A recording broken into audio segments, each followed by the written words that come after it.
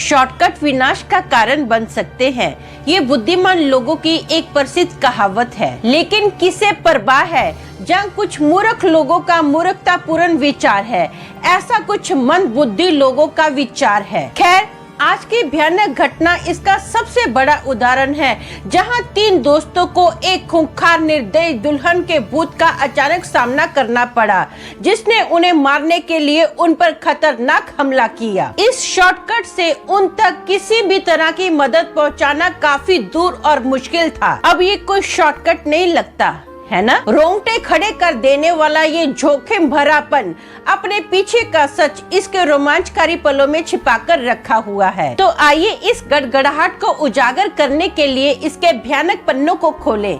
Hello दोस्तों, मेरा नाम अमन है। मैं आप सभी के मनपसंद यूट्यूब चैनल कहानी रंगमंच में आपका स्वागत करती हूँ। उम्मीद करती हूँ कि आप सभी अच्छे और स्वस्थ होंगे। इसी तरह की वीडियो देखने के लिए आप मेरे चैनल को सब्सक्राइब कीजिए और हाँ, बेल आइकन को दबाना मत भूलना, ताकि आपको आने वाली वीडियो की नोटिफिकेशन मिलते रहें। तो चलिए शुरू करते हैं आज का भयानक किस्सा।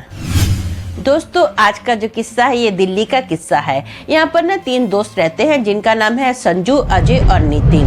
ये तीनों एक ही कंपनी में काम करते हैं। अब एक बार ना दोपहर का वक्त होता है, इनका हाफ डे होता है। ये तीनों ना संजू के घर पर होते हैं। ये पूरा दिन खूब मस्ती मजाक करते हैं, पिक्चर देखते हैं, गाने सुनते हैं, चुटकुले एक दूसरे को सुनाते हैं, गेम खेलते हैं। अब रात का वक्त होता है, 10:30 बजे का टाइम होता है।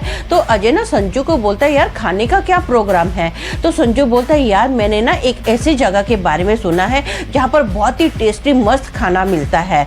तो अच्छा, अजय बोलता है कौन सी वो जगह है। तो संजू बताता है प्रीतम का ढाबा, जो कि शहर के बाहर है। हम लोग ऐसा करते हैं, मेरी गाड़ी में बैठते हैं और फटाफट वहाँ पर पहुँचते हैं। ये लोग बिना देरी करे ना गाड़ी में बैठते हैं और प्रीतम के ढाबे पर पहुँचते हैं। वहाँ पर इनको बहुत ही अच्छा मस्त गरम गरम टेस्टी खाना मिलता है। ये अपना खाना खाते हैं। लगभग 12:30 के बजे ना ये उस ढाबे से निकलते हैं। अब जो गाड़ी है वो संजू चला रहा होता है और गाड़ी के बाजू की सीट जो होती है ना, ड्राइवर के बाजू वाली सीट, उस पर नितिन बैठा होता है और पीछे की सीट पर अजय बैठा होता है। अब ना गाड़ी चल रही होती है। गाड़ी को चलते चलते 15-20 मिनट का टाइम हो जाता है। तो नितिन की नजर रास्ते पर जाती है। वो ना संजू को बोलता है, यार मुझे ऐसा लगता है हम लोग गलत रास्ते पर आ गए हैं। तो संजू ना नितिन को बोलता है, नहीं, ये शॉर्टकट है, हम लोग फटाफट घर पर पहुंच जाएंगे। लेकिन नितिन को ऐसा लगता है कि ये जो रास्ता है ना बहुत ज्यादा लंबा है, रास्ता खत्म होने का नाम ही नहीं ले रहा। रास्ता जो है पूरा सुनसान रास्ता है और सड़क के आजू बाजू दलदल ही दलदल है।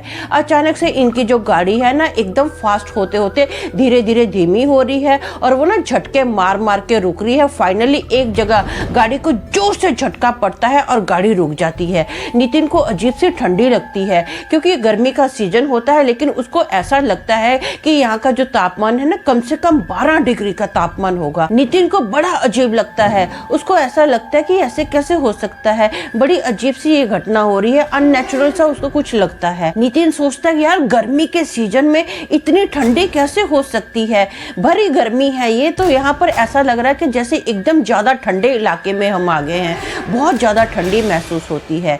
अब जो संजू होता है ना वो गाड़ी ठीक करने के लिए उतरता है। वो गाड़ी का बोनट ऊपर उठाता है और चेक करता है कि इंजन में क्या प्रॉब्लम है। जो अजय होता है ना वो ना नितिन को बोलता है, यार मेरे को बहुत जोर से पेशाब लगी है, मैं फटाफट ना पेशाब करके आता हूँ। वो दाढ़ गाड़ी का दरवाजा बंद करता है और पेशाब करने के लिए चला जाता है। अब ना जो अजय है वो जोर जोर से चीखता हुआ फटाफट गाड़ी के अंदर बैठता है। अजय को गए हुए 2 ही मिनट होते हैं, वो फटाफट गाड़ी के अंदर बैठता है और बोलता है कि कीचड़ में ना दुल्हन का भूत है, कीचड़ में दुल्हन का भूत है। नितिन को कुछ समझ में नहीं आता ये क्या बोल रहा है, लेकिन जो अब अजय है ना कंटिन्यू यही बोल रहा है। एक ही सांस में वो बोलता जा रहा है, कीचड़ में दुल्हन का भूत है, कीचड़ में दुल्हन का भूत है। जो संजू होता है फटाफट इंजन को ठीक करता है और अंदर आता है। वो बोलता है, ये तो क्या बोल रहा है, दुल्हन का भूत है, कीचड़ में दुल्हन का भूत है। तो कहना क्या चाहता है, हमको सही से बता, हमको कुछ समझ में नहीं आता है।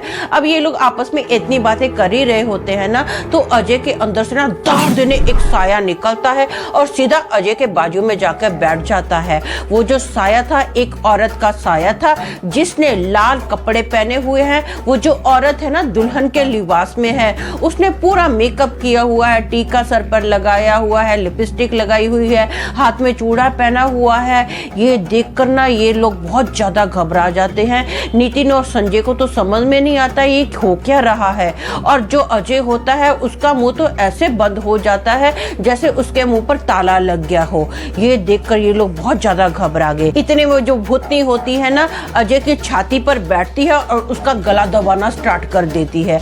अजय जोर जोर से चीखता है, बचाओ बचाओ बचाओ। जो नितिन होता है ना फटाफट गाड़ी का पीछे से दरवाजा खोलता है और अजय का गला बचाने की कोशिश करता है। वो अजय को छुड़ाने की कोशिश करता है, लेकिन जो भूतनी होती ना अपने एक हाथ से नितिन को धार देने धक्का मारती है और नितिन सीधा 4-5 फीट की दूरी पर जाकर गिरता है। और संजू फटाफट नितिन के पास आता है, उसको उठाता है और नितिन होता है ना संजू को पूछता है क्या करें, हमको अपने दोस्त की जान बचानी पड़ेगी, देख वो कैसे कैसे तड़प रहा है। गाड़ी का जो दरवाजा होता है ना वो खुला होता है। भूतनी अजय की छाती पर बैठ के सीधा उसका गला दबा रही होती है। ये सीन ये अपनी आंखों से देखते हैं, उनसे रहा नहीं जाता कि हम लोग अपने दोस्त को कैसे बचाएं, लेकिन कुछ समझ में भी नहीं आता है। तो संजू बोलता है मेरे पास ना एक आइडिया है, मैंने सुना है कि भूतनी के पास ना बिना कपड़े को जाओ तो वो भूतनी वहां से भाग जाती है। ये लोग फटाफट अपने शरीर के सारे कपड़े निकाल देते हैं और भूतनी के सामने जाके खड़े हो जाते हैं, लेकिन भूतनी का इस पर कोई असर नहीं होता। भूतनी फिर भी लगातार अजय का गला दबा रही होती है। अब नितिन बहुत ज्यादा टेंशन में आ जाता है, बोलता है यार अपना दोस्त जाएगा, आज तो ये पक्का मरेगा, हम इसको लिए कुछ भी नहीं कर सकते। ये बोलकर ना नितिन जोर जोर से रोने लग जाता है। तो संजू बोलता है मेरे पास एक और आइडिया है, मैंने सुना है कि अगर भूतनी के आगे आग जला दो ना तो भूतनी भाग जाती है। तो नितिन बोलता है कि क्या करें, आग कैसे जलाएं। तो संजू बोलता है मेरी ना पैंट में लाइटर है, ऐसा करता हूँ मैं उस लाइटर को जलाता हूँ।